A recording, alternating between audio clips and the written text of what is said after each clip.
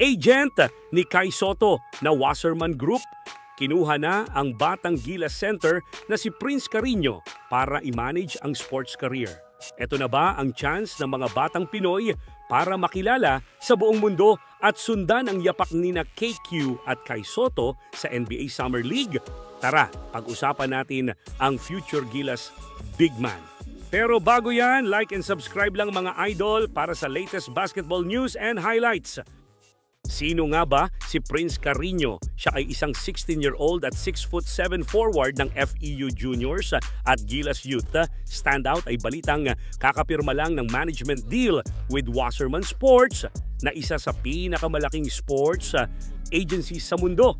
Ito lang naman yung agency na humahawak sa mga NBA superstars at agent din ni Kai Sotto. Ibig sabihin lang niyan, may plano na ang bata to go big time.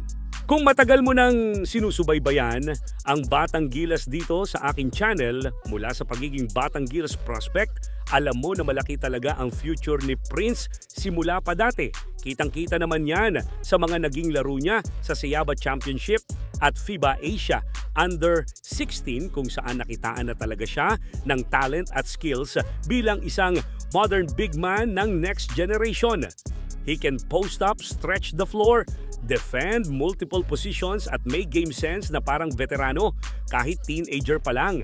Sabi nga ni Coach L.A. Tenorio dati, yung footwork niya ang kakaiba sa bata na pwede talagang maging asset niya sa future. Ang plano daw ng Wasserman kasama ang local partner na EM Basketball Management ay dalhin si Carreño sa US this coming summer para makipagsabayan sa mga top prospects sa EYBL at AAU circuits.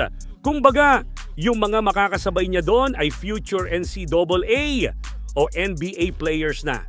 Imagine, isang batang Pinoy na dati lang natin nakikita sa UAAP Juniors, ngayon ihahanda na para maging top prospect sa mundo. At ito ang mas nakaka-proud. Habang iba nangangarap pa lang ng exposure, si Prince may team na tumutulong magbukas ng pinto sa international stage. Pero syempre, alam din natin, hindi madali ang daan dahil ang competition sa US ay brutal. Kaya bawat laro, bawat training at bawat minuto niya sa court, kailangan patunayan niya na belong siya. Kaya sa ngayon ay aabangan natin ang journey ni Prince Carreño sa kanyang US career.